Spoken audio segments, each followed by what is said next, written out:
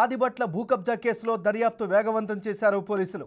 నిందితులు Daniel, జానీలను arrest చేసి రిమాండ్కు తరలించారు. ఆదిబట్లలో 2 ఎకరాల భూ కబ్జా కేసులో కన్నారావు కోసం ప్రత్యేక బృందం ముమ్మరంగా గాలిస్తోంది.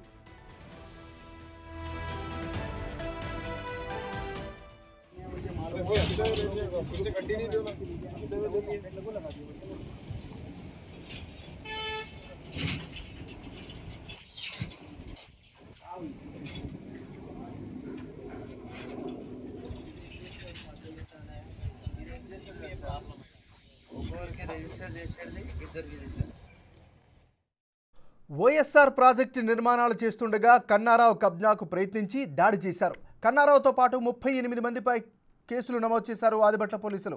కన్నారావును అరెస్ట్ చేయకుండా ఆదిబట్ల పోలీసులే కాపాడుతున్నారని విమర్శలు వెల్లువెత్తుతున్నాయి.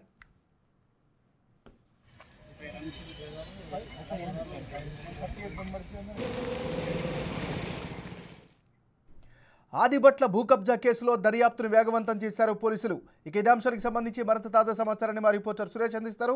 సురేష్, చెప్పండి, పోలీసుల చర్యల్ని ఎలా అర్థం చేసుకోవాలి? మీ దగ్గర ఉన్న అప్డేట్స్ ఏంటి?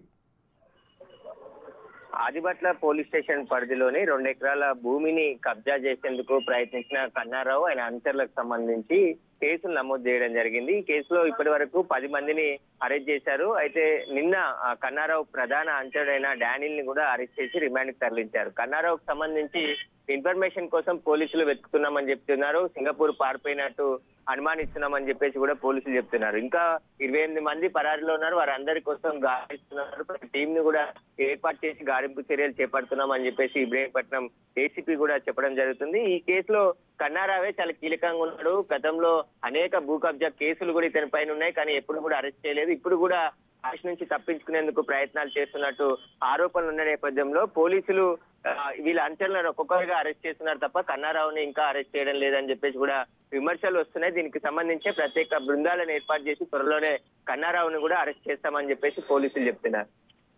Right, thank you Suresh.